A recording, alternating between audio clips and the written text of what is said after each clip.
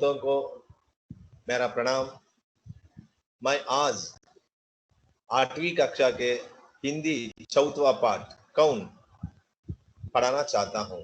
मैं कल मंगलवार को पहला एपिसोड पढ़ाया गया है। आज मैं दूसरा एपिसोड अब पढ़ाना या समझाना चाहता हूँ। आप छात्रों ध्यान से सुनिए। మీకు నేను గత మంగళవారం మొదటి ఎపిసోడ్ చెప్పాను.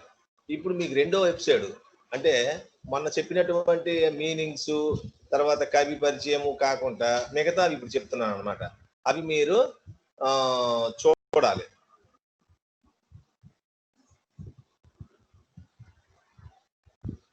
Andhra Pradesh social welfare residential school Saluru Vizianagaram 8th class Hindi lesson 4 by Kota Surya Prakash Rao TGT Hindi.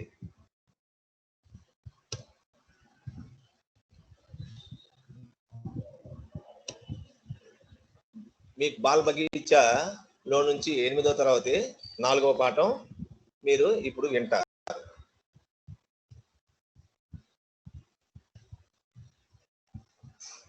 మీకు ఈ పాఠానికి సంబంధించి గత మంగళవారం మీకు 8 అర్థములు, ఈ ప్రకృతికి సంబంధించిన అర్థములు మరియు దాని Hindi meanings, Telugu meanings, English meanings ఇవ్వడం జరిగింది. వాటిని మూడు సార్లు నోట్స్లో కూడా రాసి హోంవర్క్ కింద చూపించమన్నాను. మీరు అలాగే విధంగా వాట్సాప్ లో చేసి చూపించారు. Very good boys. ఇప్పుడు మీకు మొన్న పాడిన పాట మీతో పాడించాను. ఇప్పుడు నేను కూడా మళ్ళీ ఇంకోసారి పాడతాను, శ్రద్ధగా వినండి. అగర్ నా హోతా చాంద్ రాత్ మే హమ్కో దిశా దిఖాతా కౌన్, अगर न होता सूरज दिन को सोने सा चमकाता कौन, अगर न होती निर्मल नदियां जग की प्यास बुझाता कौन, अगर न होता पर्वत मीठे झरना बहाता कौन, अगर न होते पेड़ भला फिर हरियाली फैलाता कौन, अगर न होते फूल बताओ खिलखिल कर मुस्काता कौन, अगर न होते बादल रंग में इंद्रधनुष रच पाता कौन, अगर न होते हम तो बोलो ये सब प्रश्न उठाता कौन. పిల్లలు విన్నారు కదా గేయాన్ని, పాటని. మీరు కూడా పాడగలరా? ఎవరైనా పాడి నాకు వాట్సాప్ లో పెట్టగలరా? ఓకే, వెరీ గుడ్, పెట్టండి.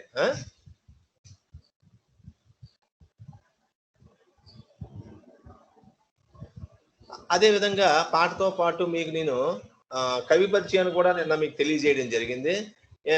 మన టెక్స్ట్ బుక్ లో ఉన్నటువంటిది ఈ పై ఉన్న బొమ్మ. కవి కా నామ్ బాల్ స్వరూప్ రాహి, జీవన్ काल, जन्म 1936, रचनाएं सूरज का रथ आदि, पुरस्कार कई बाल साहित्य पुरस्कार. इसके अतिरिक्त मैं वेबसाइट में जाकर खोजकर और ज्यादा विषय यहाँ प्रस्तुत किया गया हूँ. మీకు ఈ టెక్స్ట్ బుక్ లో ఉండే కాకుండా బాగా చదివే పిల్లల కోసం వెబ్సైట్ నుంచి మరికొంత ఇన్ఫర్మేషన్ తీసుకోవడం జరిగింది. ఉత్సాహవంతులు దీన్ని నోట్ చేసుకోవచ్చు నోట్స్ లో. బాలస్వరూప్ రాహి భారత్ కే హిందీ కవి और गीतकार हैं. బాలస్వరూప్ రాహి అనేవారు భారతదేశంలో హిందీ కవే కాదు, గీతకార్ అంటే పాటలు పాడేవాడు కూడా. उनका जन्म 4 मई 1936 को ग्राम తిమ్మర్పూర్ నయీ ఢిల్లీ మే హువా. ఈయన మన దేశ రాజధాని అయినటువంటి ఢిల్లీలో పుట్టారండి. వే అప్నే గీత్ और గజల్ के लिए सबसे ज्यादा जाने जाते हैं. ఆయన పాటలే కాదు, గజల్స్ అంటే మీ అందరికి తెలుసు కదా, మంచి ఉత్సాహాన్ని ఇచ్చేటటువంటి పాటలు. వాటిలో కూడా ఈయన బాగా తెలుసు. उन्होंने हिंदी फिल्मों के लिए कई गीत लिखे हैं. మనందరికీ ఇష్టమైనటువంటి సినిమాలు, ఆ సినిమాల్లో కూడా ఈయన ఎన్నో పాటలు రచన రాశారు. అంటే లిరిక్స్ అంటారు చూసారా, అది గీత రచయిత. वे वर्तमान में नई दिल्ली के मॉडल टाउन में रहते हैं. ఇప్పుడు ఆయన ప్రెజెంట్ ఇంకా మా ఢిల్లీలో మోడల్ టౌన్ లో నివసిస్తున్నారు. उन्होंने दिल्ली विश्वविद्यालय में हिंदी विभाग के प्रमुख रूप में काम किया है. ఇంతే కాదు, ఈయన పాటలు రాయడం కవే కాదు, పాటలు రాయడమే కాదు, ఈయన ఢిల్లీ విశ్వవిద్యాలయం అంటే యూనివర్సిటీ ఆఫ్ ఢిల్లీలో హిందీ డిపార్ట్మెంట్ కి ప్రముఖ్ మానే head of the Hindi department of Delhi university. అర్థమవుతుంది కదా నేను చెప్తుంది మీకు? మీకోసం, మన పిల్లల కోసం తెలుగులో కూడా నేను చెప్పడం జరుగుతుంది. హిందీతో పాటు తెలుగులో కూడా మీకు చెప్పడం జరుగుతుంది. శ్రద్ధగా వినవాలి. అయితే నిన్న మీకు నేను చెప్పినటువంటి హోంవర్క్ లో మీకు ఎక్కడి వరకు వచ్చిందో నేను ఒకసారి మిమ్మల్ని పరీక్షిస్తాను. మీరు దానికి సమాధానాలు చెప్పాలి. లేకపోతే మీకు నేను ఒకసారి చెప్పినవన్నీ ఒకసారి పునఃస్మరణ చేస్తాను, అంటే రీఎవాల్యూషన్ చేస్తాను. జాగ్రత్తగా వినండి. మీ అందరూ నోట్సుల్లో నాకు ఒక 40 మందిలో ఒక 20 మంది వరకు పెట్టగలిగారు. ఆ మిగతా వారు కూడా పెడితే బాగుంటుంది. వారు కూడా రాయాలి. మీకు బహుశా ఇంటర్నెట్ సదుపాయము తర్వాత మీకు ఈ సదుపాయం లేక మీరు పెట్టలేదని నేను భావిస్తున్నాను.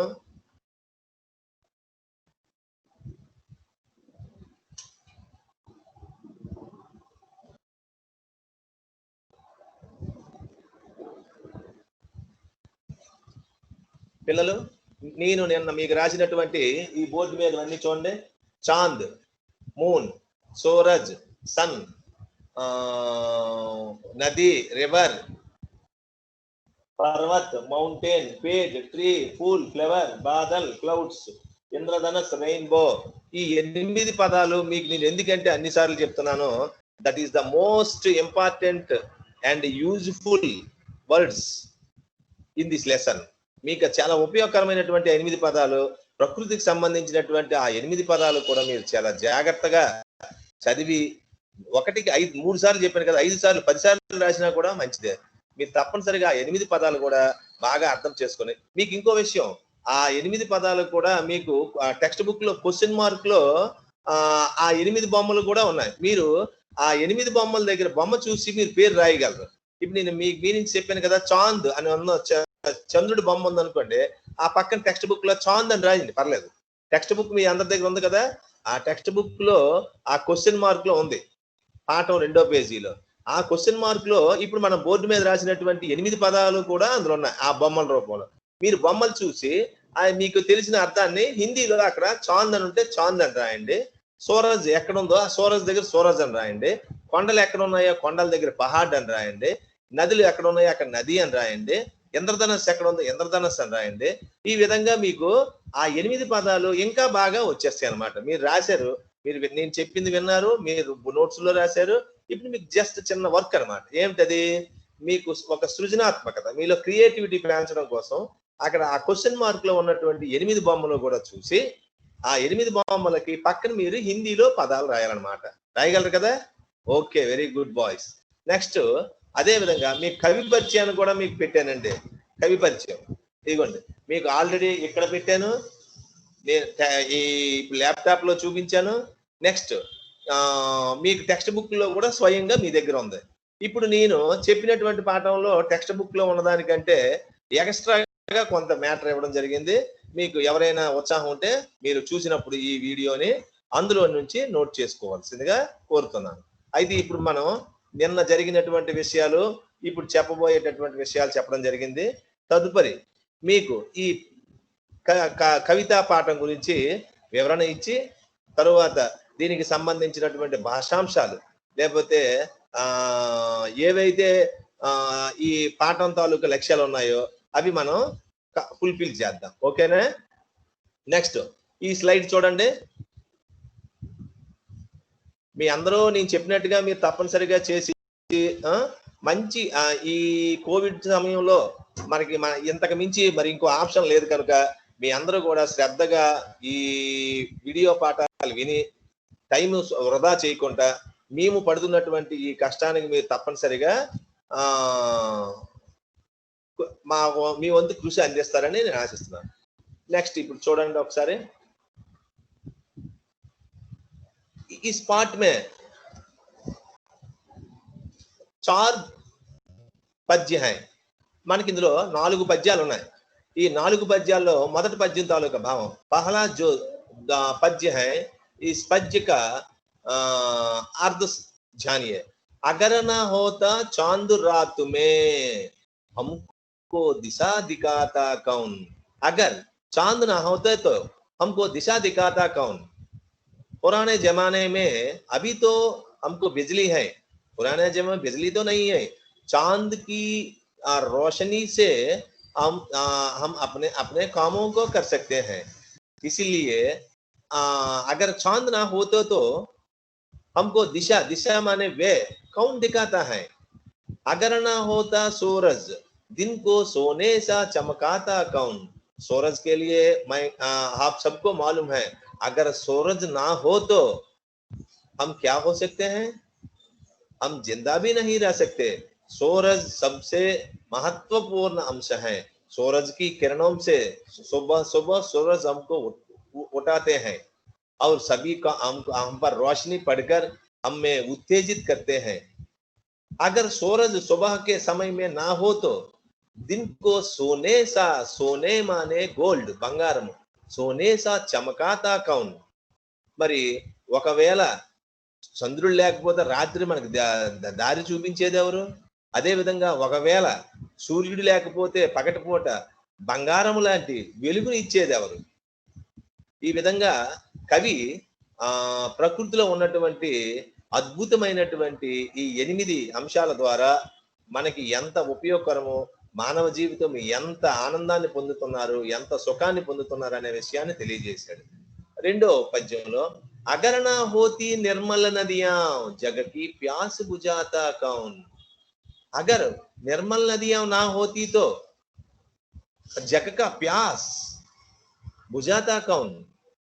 नदियों से हम जिंदा, हम मानव जीवन के लिए रोशनी, पानी, ये प्रकृति से संबंधित ये सभी चीजों आवश्यक है। अगर निर्मल नदियां ना होती तो हमारे प्यास को बुझाने वाले कौन है? एक बूंद ना होने से हम कितना परेशान होते हैं, एक बार सोचिए। अभी पिछले दिनों से अभी पानी की कमी होती रहती है। इस कमियों को हम पार कर पानी की सुरक्षित करना चाहिए। ये आप बाद में चर्चा करेंगे। अभी तो निर्मल नदियां ना होती तो जग जग माने ప్రపంచము ప్యాస్ బుజాత, ఒకవేళ మనకి నదులు కానీ లేకపోతే ఈ ప్రపంచంలో ఉన్నటువంటి సమస్త జీవకోటికి దాహం తీర్చేది ఎవరు? ఎవరు చెప్పండి మీరే. अगर न होते पर्वत मीठे झरना बहाता कौन? अगर न होते पर्वत, ఒకవేళ పర్వతాలు కానీ లేకపోతే అసలు మనకి వర్షాలు ఎలా పడతాయి? పర్వతాల నుంచే పడతాయి. అంటే ఆ మేఘాలు వెళ్ళి పర్వతాలు తాకి తాకడం వల్ల మనకి ఆ వర్షం కురిసి పర్వతాల నుంచి మనకి, మీకు చూడండి ఏ నది అయినా సరే, ఏ పెద్ద నది అయినా, ఎనీ రివర్, అది మనకి పర్వతాల నుంచే పుడుతుంది. ఒకవేళ పర్వతాలు కానీ లేకపోతే మీటే జర్నా భర్త బహత కౌన్? మీటే జర్నా అంటే సెలయేళ్ళు, ఆ సెలయేళ్ళ నుంచి నీరు మనకి ఎలాగొస్తుంది? కాబట్టి మనకి పర్వతాలు అవసరమే, నదులు అవసరమే, సూర్యుడు అవసరమే, చంద్రుడు అవసరమే. అదే విధంగా మనకి నెక్స్ట్ థర్డ్ పద్యంలో अगर ना होते पेड़ भला फिर हरियाली फैलाता कौन? अगर ना होते, ఈ అన్నిటికంటే ముఖ్యం మనకి చెట్లుంటేనే మనకి మనకి ప్రాణవాయు అంటే ఆక్సిజన్ మనకు లభిస్తుంది. ఈ ఆక్సిజన్ వల్లే మనం అందరం జీవించగలుగుతున్నాం. ఆ ఆక్సిజన్ ఇచ్చేటటువంటి చెట్లు కానీ లేకపోతే, ఆ పచ్చదనం కానీ లేకపోతే, ఆ పచ్చదనాన్ని కానీ మన ప్రపంచం అంతా వ్యాపించి చేయకపోతే మనం ఎలా ఉంటాం? చెట్లు లేకపోతే మనం ఉండలేం. అందుకనే ప్రతి ఒక్కరూ కూడా చెట్లు నాటండి, ప్రకృతిని సంరక్షించండి. ఈ చెట్లు ఉంటేనే మేఘాలు క్రియేట్ అవుతాయి. మేఘాలు కొండలను తాకి నదులు వస్తాయి. ఈ విధంగా అన్ని ఇంటర్లింక్. కాబట్టి ప్రకృతికి సంబంధించిన ప్రతి ఒక్క వస్తువుని మనం రక్షించాలి, కాపాడాలి. దాన్ని సంరక్షించవలసినటువంటి బాధ్యత అందరిపైనే ఉంది. నా మీద ఉంది, నీ మీద ఉంది అంటున్నాను కదా, ప్రతి ఒక్కరి మీద ఉంది. కిల్కిలికర అగర్ నా హోతే ఫూల్ బతావో కిల్కిలికర ముసుకాతా కౌన్? మీకు చూడండి, దేన్నైనా మనం పువ్వుతోనే పోలిస్తాం, ఆ పువ్వు యొక్క అందంతోనే మనం పోలిస్తాం. మరి ఒకవేళ పువ్వులు కానీ లేకపోతే నవ్వుకొని అందంగా మనకి పలకరించేది ఎవరు? కాబట్టి పువ్వులు కూడా మనకి ఆనందాన్ని కలిగించేటటువంటి సాధనాల్లో ఒకటి. Next last poem. అగరణ హోతే బాదల్ నభుమే ఇంద్రధనస్ రచ పాతాకం. మీకు మొన్నే చెప్పాను, ఇంద్రధనస్సు అంటే సప్త వర్ణాలు కలిగి ఉంటాయండి. ఈ సప్త వర్ణాలకి కూడా అది చూసి మనకి ఆ ఆకాశంలో మనకి కలిగినటువంటి ఆనందం, మరి దాని వల్ల మనం పొందినటువంటి అనుభూతి చాలా అద్వితీయమైనటువంటిది. అటువంటి ఇంద్రధనస్సు ఒకవేళ మేఘాలు ఉంటేనే, మేఘాలు సూర్యుడు ఉన్నప్పుడు మాత్రమే ఆ ఇంద్రధనస్సు మనకి ఆకాశంలో మబ్బుల్లో మనకి తయారవుతుంది. ఆ ఆ అనుభూతిని పొందాలంటే మేఘాలు ఉండాలి, ఆ సూర్యుడు ఉండాలి. మరి ఇన్ని ఉంటే గాని మనకి అంత అద్వితీయమైనటువంటి అమోఘమైనటువంటి ఇంద్రధనస్సు మనకి చూడలేము. अगर ना होते हम तो बोलो ये सब प्रश्न उठाता कौन. अगर ना होते हम तो बोलो ఏ సబు ప్రశ్న ఉటాతా కౌన్. ఒకవేళ మనమే లేకపోతే ఈ ప్రశ్నలన్నీ ఎవరు వేస్తారు అంటే, సూర్యుడు లేకపోతే ఏమవుతుంది, సూర్యుడు ఇవన్నీ మొత్తం చంద్రుడు, సూర్యుడు, నదులు, నెక్స్ట్ పర్వతాలు, చెట్లు, పువ్వులు, మేఘాలు, ఇంద్రధనస్సు, ఇవన్నీ మనకి ఏ విధంగా ఉపయోగకరం మనం ప్రశ్నించడం వల్లే కదా అన్ని సమాధానాలు వచ్చాయి. మరి బాలస్వరూప్ రాహి గారు మనకి ఒక చక్కని ఈ అద్భుతమైనటువంటి మనకి ఎంతో స్ఫూర్తిదాయకమైనటువంటి విషయాన్ని దీని ద్వారా తెలియజేశారు. మరొక్కసారి మీ అందరి కోసం మరొక పునః పాఠ్య వచన్ కర్నా చాతాను. మరొక్కసారి పాఠాన్ని మీకు చదివి వినిపించాలని అనుకుంటున్నాను. अगर न होता चांद रात में हमको दिशा दिखाता कौन. अगर न होता सूरज दिन को सोने सा चमकाता कौन. अगर न होती निर्मल नदियां जग की प्यास बुझाता कौन. अगर न होते पर्वत मीठे झरना भला बहाता कौन. अगर न होते पेड़ भला फिर हरियाली फैलाता कौन. अगर न होते फूल बताओ खिलखिल कर मुस्काता कौन. अगर न होते बादल नभ में इंद्रधनस रच पाता कौन. अगर न होते हम तो बोलो ये सब प्रश्न उठाता कौन. అయితే పిల్లలు, మీకు నేను ఇప్పుడు చెప్పినటువంటి పద్య భాగం అర్థమైందని నేను అనుకుంటున్నాను. నెక్స్ట్ మీకు ఈ పాఠానికి సంబంధించినటువంటి భాషాంశాలు ఏవైతే ఉన్నాయో ఆ భాషాంశాల గురించి కూడా మీకు చెప్పాలనుకుంటున్నాం. ముఖ్యంగా 8వ తరగతిలో మనకి పాఠము ఫస్ట్ సున్నునా వినాలి, నెక్స్ట్ బోల్నా చెప్పాలి, పఠన చదవాలి, అంటే చదవడం చూసి చదవాలి, నెక్స్ట్ లిఖనా లాస్ట్ గా రాయాలి. మీరు పాఠము వినాలి, చదవాలి, మాట్లాడాలి, తర్వాత రాయాలి. ఈ 4 భాషాంశాలకు సంబంధించి మనకి సునో, బోలో, పడో, లిఖో అనేటటువంటి అభ్యాసాలు మనకి ఈ పాఠంలో ఉన్నాయి. ఆ అభ్యాసాలకు సంబంధించినటువంటివి ఏటేటి ఉన్నాయో అవన్నీ కూడా మనం ఇప్పుడు చెయ్యాలి. అందరూ చేస్తారు కదా, జాగ్రత్తగా వింటున్నారు కదా, పాఠాన్ని అర్థమవుతుందా మీకు? ఓకేనా? మీకు ఈ భాషాంశాలు ఇప్పుడు చెప్పేసి మీకు ఈ పాఠాన్ని ముగిస్తాను.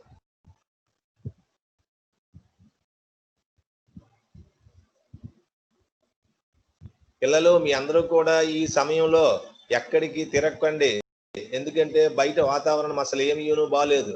కాబట్టి మీరు తల్లిదండ్రులు ఇంట్లోనే ఆడుకోండి, ఇంట్లోనే చదువుకోండి. మీ ఖాళీ సమయాల్లో ప్రతిరోజు టీవీలో లెసన్స్ వస్తున్నాయి, ఆ లెసన్స్ చూడాలి. మేము ఈ వాట్సాప్ లో పంపించినటువంటి మా ఈ పాఠాలు మీరు చూడాలి. చూడండి, ఫస్ట్ శబ్ద బండార్. శబ్ద బండార్ లో నిన్న మీకు చూడండి, శబ్ద బండార్లో మీకు 4 ఇక్కడ ఎక్సైజ్ ఒకటి, ఇవన్నీ మీ టెక్స్ట్ బుక్ లో ఉన్నాయండి, నేను వేరే ఏమి ఇవ్వలేదు. ఈ టెక్స్ట్ బుక్ లో ఉన్నటువంటి ఎక్సైజ్లు మీరు ఏమి టెక్స్ట్ బుక్ లో చేసేయండి, హోంవర్క్, నో ప్రాబ్లం. చూడండి, జో భిన్న హై ఉసే కోష్టకమే లిఖియే. అంటే ఏదైతే 4 పదాలు ఉన్నాయి చూడండి, ఆ ఈ అని 3 ఉన్నాయి కదా, 3 ఒక్కొక్క దాంట్లో 4 ఉన్నాయి. చంద్రుడు, చాంద్ చంద్రుడు, సూరజ్ సూర్యుడు, తార నక్షత్రము, పేడ్ చెట్టు. ఈ నాలుగిట్లో భిన్నముగా అంటే ఆడ్ వన్ అంటారు ఇంగ్లీష్ లో, వేరేగా ఉన్నది ఏది? పేడ్. మీరు ఈ బ్రాకెట్ లో 4వ నెంబర్ వేయాలన్నమాట. రెండోది పర్వత్, ఝర్నా, నది, తాలాబ్. ఇప్పుడు చూడండి, పర్వతము, ఝర్నా అంటే సెలయేరు, నది అంటే నది, తాలాబ్ అంటే చెరువు. ఈ నాలుగిట్లో వేరుగా ఉన్నది ఏంటి? చెరువులో నీరు ఉంటది, నదిలో నీరు ఉంటది, ఝరణ అంటే సెలయేరులో నీరు ఉంటది, పర్వతంలో నీరు ఉండదు. కాబట్టి పర్వతం అనేది ఒకటోది ఆడ్ వన్. ఓకేనా? మీకు అర్థమవుతుంది. మీరు అసలు వాస్తవానికి మీతోనే నేను బోర్డు మీద వర్క్ చేయించాలి, కానీ ఈ విధంగా చెప్తున్నాను కాబట్టి మీరు ముందు ట్రై చేయండి. ట్రై చేసిన తర్వాత అప్పుడు మీరు ఒకసారి చదవండి. బాదల్, పశు, నబ్, ఇంద్రధనస్. చూడండి, బాదల్ ప్రకృతికి సంబంధించింది, పశు, నబ్, ఇంద్రధనస్. ఇందులో పశు అనేది ఆడ్ వన్, బాదల్ అనేది, నబ్బు, ఇంద్రధనస్ ఈ మూడు కూడా వర్షానికి, ఇంద్రధనస్సుకి సంబంధించినటువంటిది. అంటే ఈ ఎండ మబ్బులు ఉన్నప్పుడు ఆకాశంలో ఇంద్రధనస్సు వస్తుంది అన్నట్టు. ఈ పశు అనేది ఆడ్ వన్.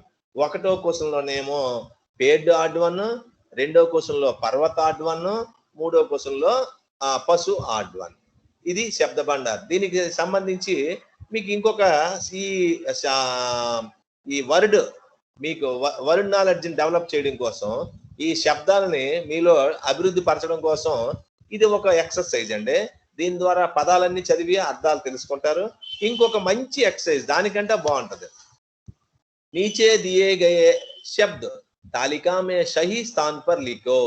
మీకు ఇక్కడ ఒక 10 పదాలు ఇచ్చాం. ఈ 10 పదాలు కూడా మీరు సెపరేట్ చేయాలి. ఆకాశం మీద ఏముంటాయి, భూమి మీద ఏముంటాయి, మీరు ఈజీగా చెప్పేస్తారు. అంటే మీకు ఎప్పుడు చెప్పగలరు? నేను చెప్పినటువంటి 10 అర్థాలు కానీ మీరు అవి కంఠస్థం చేస్తే మీరు ఈజీ చెప్పగలరు. మీకు ఉదాహరణకి కొన్ని 2 ఇచ్చాడు, ఇంకా మీరు 4 రాయాలి. చూడండి, మీదని చాంద్ అంటే మీ అందరికి తెలుసు కదా, ఏంటి అర్థం చెప్పండి? Okay, moon. సూరజ్ అంటే వెరీ గుడ్, సన్. సడక్ రోడ్, తారా నక్షత్రము, పర్వతము, పేడ్ చెట్టు, బాదల్ మేఘము, నది నదులు, ఘర్ ఇల్లు, ఇంద్రధనస్. ఇప్పుడు ఈ 10 పదాల్లో భూమి మీద 5 పదాలు ఉంటాయి, ఆసమాన్ ఆకాశంలో 5 పదాలు ఉంటాయి. అయితే చూడండి, ఉదాహరణకి పేడ్ ఇచ్చాడు, భూమి మీద ఉన్నది. సూరజ్ ఇచ్చాడు, ఆకాశం ఉన్నది. ఇలాగా ముందు భూమి మీద ఏటేటోని రాసియండి. చాంద్ ఎక్కడ ఉంటది? ఆసమాన్ రాసియండి. సూరజ్ రాసిస్తాడు. సడక్ అది ఎక్కడ ఉంది? భూమి మీద ఉంది. మీరు ఇప్పుడు ధరతీపర్ అనే దాంట్లో 2వ దాంట్లో రాయండి. తారా నక్షత్రం ఎక్కడ ఉంటుంది? ఆసమాన్ మీద, ఆకాశంలో. పర్వతం ఎక్కడ ఉంటుంది? భూమి మీద ఉంటుంది. పేడ్ ఎక్కడ ఉంటుంది? ఆల్రెడీ అది మీకు అక్కడ ఆన్సర్ లో ఇచ్చాడు, పేడ్ 1వ నెంబర్. బాదల్ ఆకాశంలో ఉంటుంది. నది ఎక్కడ ఉంటుంది? నది ఎక్కడ ఉంటుంది? నది కూడా భూమి మీద ఉంటుంది, అంటే ఇక్కడ ధరతీలో రాయాలి. ఘర్ ఎక్కడ ఉంటుంది? ధరతీలో ఉంటుంది. ఇంద్రధనస్సు ఎక్కడ ఉంటుంది? ఆస్మానమే. ఈ విధంగా ఈ హోంవర్క్ ని మీరు టెక్స్ట్ బుక్లోనే చెయ్యండి. టెక్స్ట్ బుక్లో చేసి తదుపరి మీరు అందరూ కూడా నోట్స్లో రాయండి. నెక్స్ట్, ఇది ఒక చిన్న పజిల్ అన్నమాట. ఇది కూడా మీ సృజనాత్మకతకి ఒక మంచి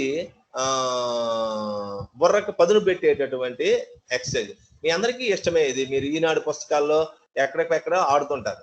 नीचे दी गए तालिका में कविता के कुछ शब्द छिपे हुए हैं. మీకు ఇప్పుడు 4 పద్యాలు చెప్పాను కదండి, 4 16 లైన్లు. ఆ 16 లైన్లోనే కొన్ని పదాలు ఇక్కడ జంబుల్డ్ చేసి ఇవ్వడం జరిగింది, అంటే మిక్సింగ్ చేసి ఇవ్వడం జరిగింది.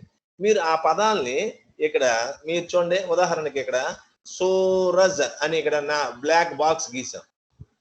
అలాగా మీరు ఇక్కడ ఏవైనా రెండోది ఆ సూరజ్ అనే పదాన్ని ఈ వైట్ పేజీలో రాయాలి. 1 సూరజ్, అలా మీరు ఎన్ని రాయగలిస్తే అన్ని. రెండోది చూడండి, ఫూల్. ఇలాగ చూడండి, డ్రాగ్ చేయడం ఉందా?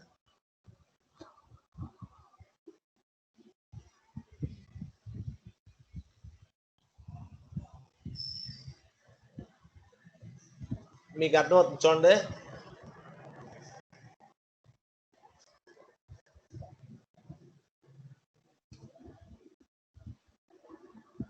చూడండి, ఇప్పుడు నేను ఇలా డ్రాగ్ చేశాను కదా, ఈ ఫూల్ అనే పదాన్ని మీరు రాయాలి.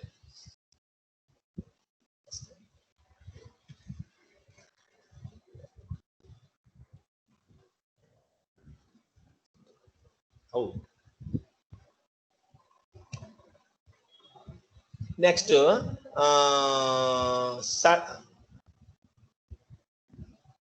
నబ్ చూడండి, రెండో పదం.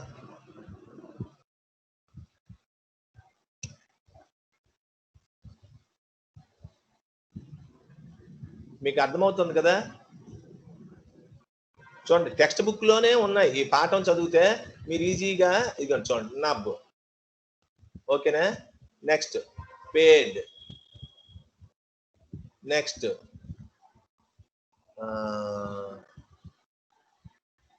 బాదల్.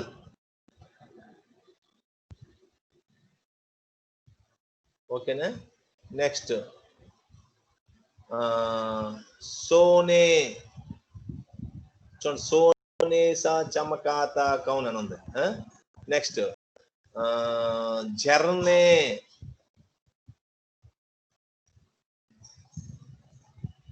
మరి ఈ విధంగా మీరు ఎన్ని పదాలు తయారు చేయగలరో ఆ పదాలు తయారు చేసి ఇక్కడ మీరు రాయాలన్నమాట. ఓకేనా? రాయగలరు కదా మీ అందరూ? ఎన్ని పదాలు వస్తే రాయండి. టెక్స్ట్ బుక్ చూసే రాయండి, నో ప్రాబ్లం. నెక్స్ట్ ఇవన్నీ అయిపోయిన తర్వాత మీరు ఇప్పుడు సొంతంగా నోట్స్లు మీరు సొంతంగా రాయాలండి. ఇప్పుడు నేను చెప్తే మీరు రాయడం కాదు. నేను మీకు పాఠం చెప్పాను, కవి పరిచయం చెప్పాను, పాఠం గురించి వివరించడం జరిగింది. ఏ सब मैंने किया, तुम क्या कर सकते हो? तुम लिख सकना चाहिए, लिखना चाहिए. कविता में से ढूंढ कर लिखिए. ये छोटे छोटे प्रश्न है, बड़े नहीं है. చూడండి, ఈ 3 ప్రశ్నలకి మీరు సొంతంగా సమాధానం మీరు ఆ పద్యాన్ని చూసి గాని చదివి గాని అర్థం చేసుకొని అప్పుడు రాయాలి. देखिए पहला प्रश्न क्या है? सूरज.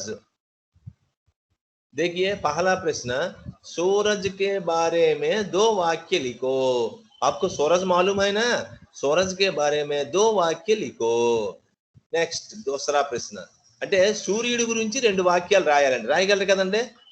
సూర్యుడి వల్ల ఆ పద్యం ఉంది, ఆ పద్యంలో ఒక వాక్యం రాయండి, మీ సొంతంగా ఒకటి రాయండి, మీ క్రియేటివిటీని చూపించండి. నెక్స్ట్ పేడోం సే హమే క్యా లాభ్ హై.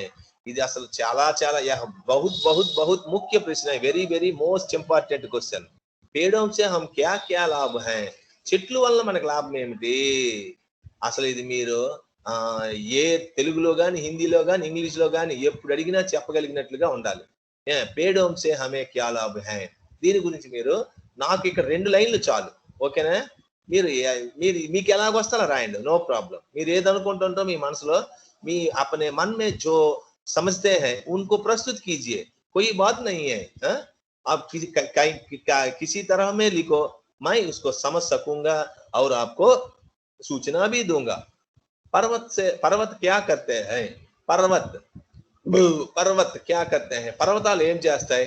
పర్వతాల వల్ల లాభం ఏమిటి? ఇది కూడా మీరు రాయాలి. ఈ 3 చిన్న చిన్న ప్రశ్నలకి మీరు ఆన్సర్లు రాయగలగాలి. మళ్ళీ మనం స్కూల్కి వచ్చిన తర్వాత ఎస్ఏ క్వశ్చన్ గురించి డిస్కస్ చేద్దాం. ఓకేనా పిల్లలు?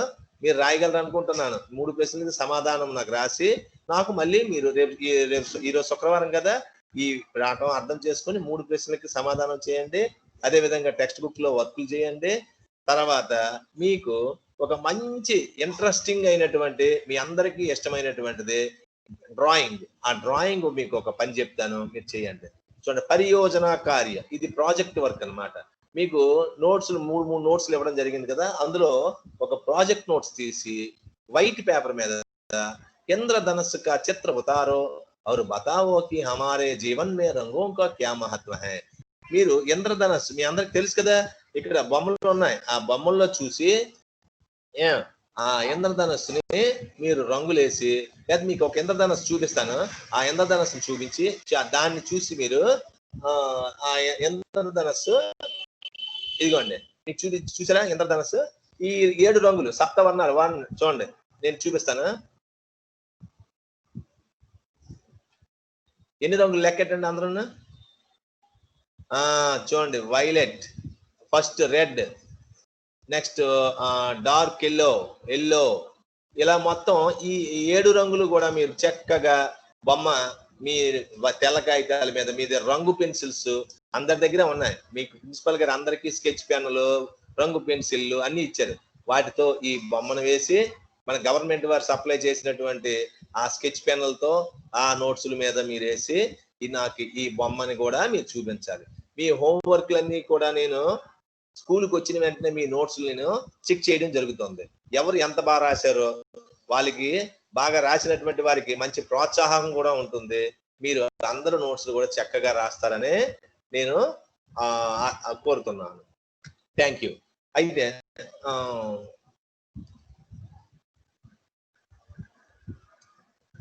పిల్లలు నేను చెప్పింది అంతా మీకు అర్థమైంది కదా? బ్యాక్గ్రౌండ్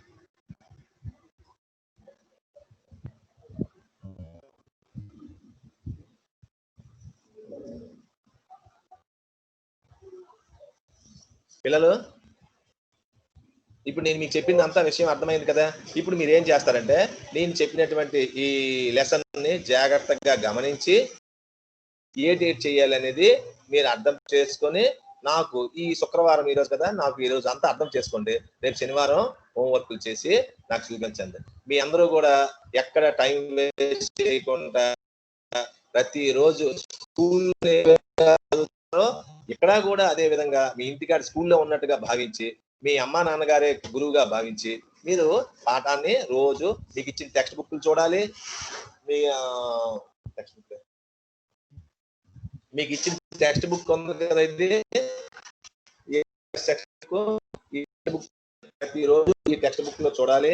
అదే విధంగా టెక్స్ట్ బుక్ బ్యాక్ లో మీకు పదాలు ఇచ్చాడు, ఒక 50-60 పదాలు, ఈ అన్ని పాఠాలకు సంబంధించిన మాట. అయితే ఈ పదాలు చూడాలి, పాఠం వినాలి, నేను చెప్పినటువంటి ఎక్సర్సైజులు చేయాలి. మీకు సేమ్ 7th క్లాస్ లో ఎలాగైతే ఎక్సర్సైజులు ఉన్నాయో 8th లో కూడా అదే విధంగా ఉన్నాయి. ఎవరూ మీరు కంగారు చెందన అవసరం లేదు. ఈజీగా మీరు పాఠాలు నేర్చుకోగలరు. మీరు అందరూ తెలివైన పిల్లలు, మీరు అందరూ బుద్ధిమంతులు కాబట్టి మన రెసిడెంట్ స్కూల్ పిల్లల యొక్క కెపాసిటీ ఏంటో చూపించాలి. మీ నోట్స్ రాసిన దాన్ని బట్టి మీరు ఎంత బాగా పాఠం చెప్పారనేది, నేను ఎంత చెప్పానో మీరు ఎంత నేర్చుకున్నది తెలుస్తుంది. మీ నోట్సే మాకు ప్రామాణికం అన్నట్టు. ఓకేనా? Okay, bye. అందరికి కూడా బాయ్ నాన్న, అందరూ జాగ్రత్తగా ఉండండి.